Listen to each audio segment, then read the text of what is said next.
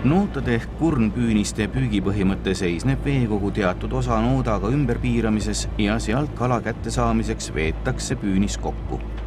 Eesti vetes on enam kasutusel põhjanoot. Ka põhjanootasid on 2 liiki. Meres kasutatakse põhjanoota lestapüügil ja Peipsi järvel kaldast kaugemal koha- ja ahvenapüügiks. Peipsil nimetatakse seda mutnikuks. Oma ehituselt ja püügipõhimõttelt on need sarnased. Põhjast veepinnani mitteulatuv sümmeetriline püünis heidetakse kolmnurkselt või ringikujuliselt veekogu põhja. Noota veetakse välja ankurdatud paadile mõlemast tiivast üheaegselt.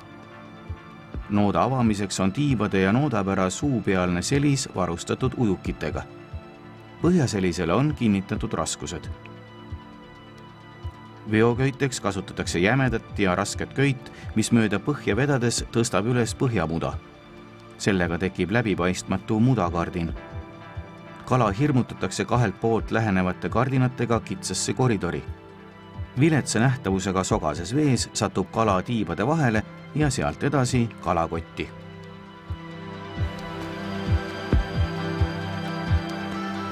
Lestanoodaga on nii, et lased ankru sisse, siis lased kõigepealt ühe köie, siis tuleb sinna vahepeale tuleb see põhjanoot ja siis teise köiega lähed uuesti ankru juurde tagasi ja võtad ankru peale ja siis hakkad nagu kerima välja neid köise ja siis ta nagu koondab selle lestasena kokku ja noot tuleb tagant ja korjab ära.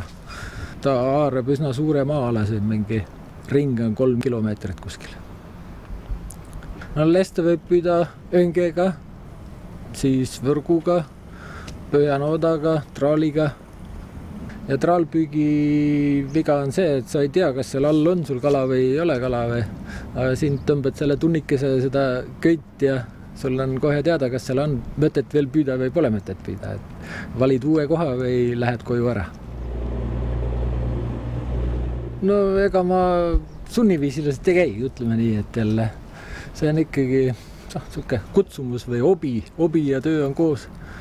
Et vanasti sai siis, kui sõjaväest tulin, siis sai siin seda asja alustatud nagu ja siis vahepeal Atlandil kaugel seda seinnoodapüüki tehtud ja siis tuli see valitsuse vahetus.